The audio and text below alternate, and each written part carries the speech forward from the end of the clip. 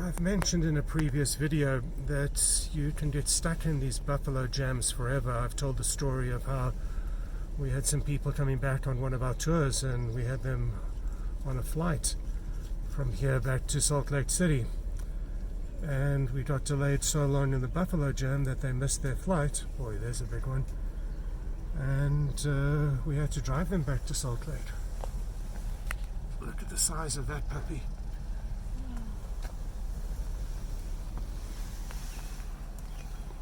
Here's a cute little baby wanting to stay next to her mom.